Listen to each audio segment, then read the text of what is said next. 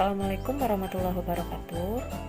Nama Nova HP, NIM 1914080003 dari jurusan Tadris IPA Fisika A, UIN Imam Bonjol Padang, atas tarbiyah dan keguruan. Video ini merupakan ujian akhir semester mata kuliah Biofisika. Selamat menyaksikan. Baiklah, saya akan menjelaskan materi tentang struktur sel.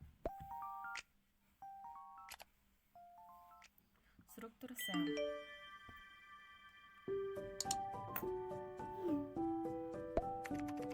Sel adalah unit fungsi terkecil organisme.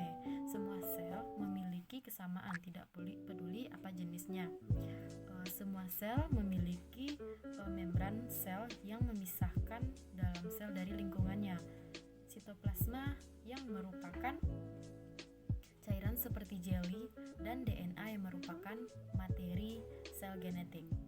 Ada dua kategori jenis sel. Kategori pertama adalah sel eukariotik.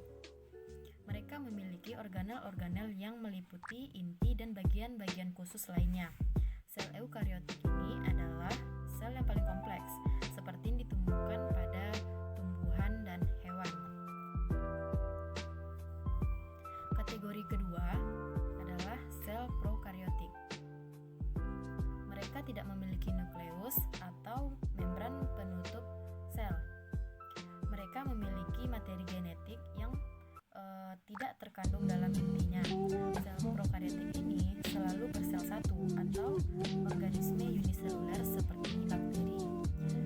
Jadi, apa itu organel? Organel berarti organ kecil yang adalah bagian khusus dari sel yang memiliki yang unik untuk dilakukan. Mari kita mulai dengan inti sel. Inti yaitu pusat sel. Inti atau nukleus mengandung DNA atau genetik. DNA memerintah kegiatan yang sel lakukan. Dan bagaimana cara dilakukannya? Kromatin kusut adalah bentuk DNA yang tersebar dalam membran nukleus ketika sel siap untuk membelah. DNA memadat menjadi struktur yang dikenal sebagai kromosom. Inti juga mengandung sebuah nukleus yang merupakan struktur ribosom yang dibuat setelah ribosom meninggalkan inti. Mereka akan memiliki tugas-tugas penting sintesis atau membuat protein. Di luar inti, ribosom dan sisa organel melayang di sitoplasma yang merupakan substansi seperti jeli. Ribosom dapat bergerak bebas di sitoplasma atau melekat pada retikulum endoplasma yang kadang-kadang disingkat RE. Ada dua jenis RE. Yang pertama RE kasar memiliki ribosom yang melekat padanya, dan RE halus tidak memiliki ribosom yang melekat padanya. RE adalah membran penutup untuk mengangkut bahan seperti protein yang disintesis oleh ribosom. Protein dan bahan-bahan lainnya muncul dari RE melalui vesikula kecil, di mana aparatus Golgi, kadang-kadang disebut badan Golgi, menerima mereka. Protein bergerak melalui badan Golgi yang diubah menjadi bentuk yang digunakan menjadi sel. Badan Golgi ini melakukan dengan melipat protein menjadi bentuk yang dapat digunakan atau menambahkan bahan lainnya pada mereka, seperti lipid atau karbohidrat. Pada tumbuhan, vakuola adalah struktur seperti kantung yang menyimpan bahan yang berbeda. Di sini sel tumbuhan sentral berfungsi untuk menyimpan air. Kita kembali ke sel hewan. Anda akan melihat organel yang disebut dengan lisosom. Lisosom adalah pengumpul sampah yang mengambil bagian sel yang rusak. Mereka penuh dengan enzim yang memecah puing-puing sampah pada sel. Mitokondria adalah organel pembangkit tenaga untuk kedua sel, yaitu sel hewan dan sel tumbuhan. Selama proses yang disebut respirasi seluler, mitokondria membuat molekul ATP yang menyediakan energi untuk semua kegiatan sel. Sel yang membutuhkan lebih banyak energi memiliki lebih banyak mitokondria, sementara sel mempertahankan bentuk menggunakan sitoskeleton. Sitoskeleton termasuk mikrofilamen seperti benang-benang halus yang terbuat dari protein dan mikrotubulus yang merupakan tabung tipis berongga. Beberapa organisme seperti tumbuhan fotoatopik, mereka menangkap sinar matahari untuk energi. Sel tumbuhan memiliki organel yang disebut dengan kloroplas. Kloroplas ini adalah tempat terjadinya fotosintesis.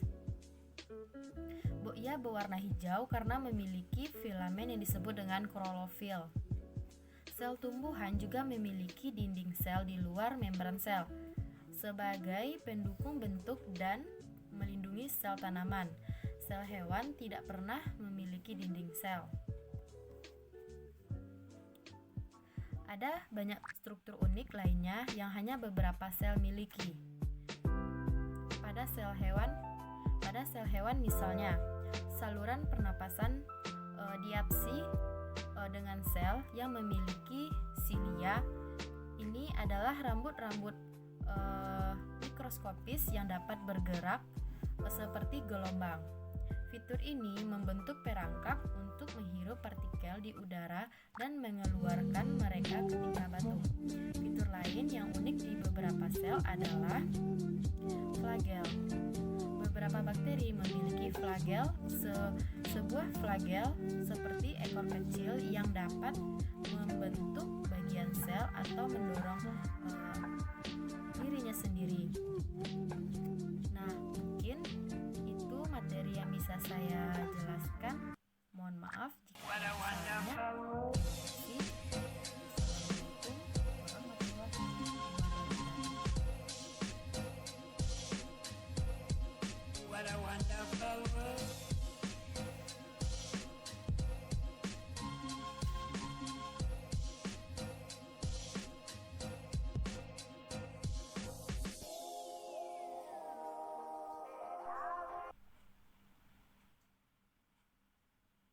Baiklah, Allah Subhanahu wa Ta'ala berfirman dalam Quran surat Al-An'am ayat 99 yang berbunyi, A'udzu billahi minasyaitonir rajim. Bismillahirrahmanirrahim.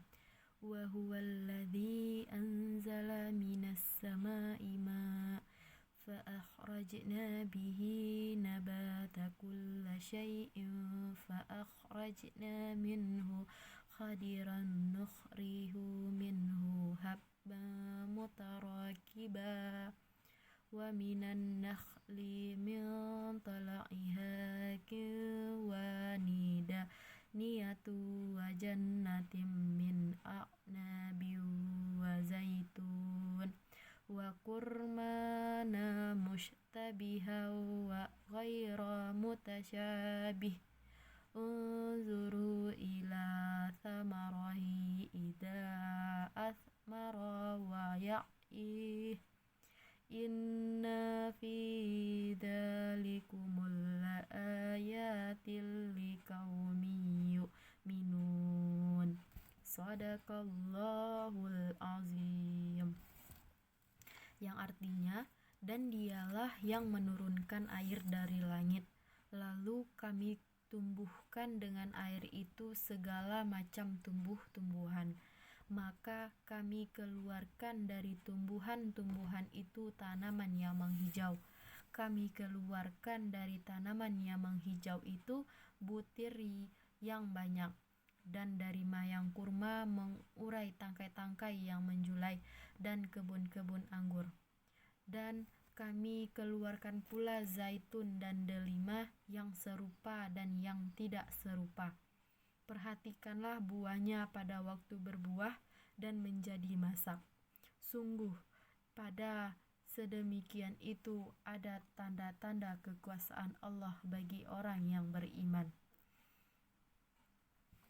Itulah ayat yang menjelaskan tentang sel hewan dan sel tumbuhan.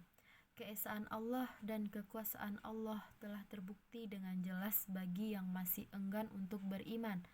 Maka ayat ini menegaskan kembali, merangkum, dan merinci apa yang telah disebutkan. Dan dialah yang menurunkan air, yaitu hujan dari langit. Lalu kami tumbuhkan dengan air itu segala macam tumbuh-tumbuhan. Maka kami keluarkan dari tumbuhan-tumbuhan itu tanaman yang menghijau. Kami keluarkan dari tanaman yang menghijau itu butir yang banyak dibandingkan sebelumnya hanya satu biji atau benih. Dan sebagai contoh dari proses di atas adalah dari mayang, yakninya tongkol bunga kurma yang mengurai tangkai-tangkainya sehingga mudah dipetik, dan kebun-kebun anggur. Dan kami keluarkan pula zaitun dan delima yang serupa buahnya dan yang tidak serupa, baik itu aroma dan kegunaannya. Perhatikanlah buahnya pada waktu berbuah, dan perhatikan pula lah bagaimana buah tersebut menjadi masak. Sungguh pada yang demikian itu ada tanda-tanda kekuasaan Allah bagi orang yang beriman.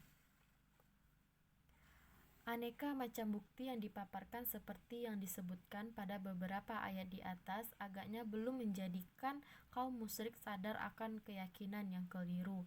Salah satu bentuk keyakinan yang sesat itu diurai pada ayat ini, dan mereka orang-orang yang musyrik menjadikan jin sekutu Allah, padahal Dia yang menciptakannya, yakni jin-jin itu.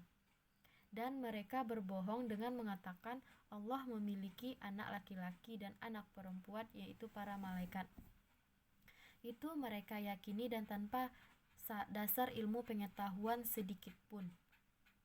Maha suci Allah dari segala apa yang mereka beli dan yakini, dan maha tinggi Dia dari sifat-sifat yang mereka gambarkan. Pada demikian itu ada tanda-tanda kekuasaan Allah bagi orang yang beriman. Itulah penjelasan mengenai ayat tentang sel hewan dan sel tumbuhan. Terima kasih, semoga bermanfaat. Jangan lupa like, nyalain tombol loncengnya, dan share ke teman-temannya. Wassalamualaikum warahmatullahi wabarakatuh.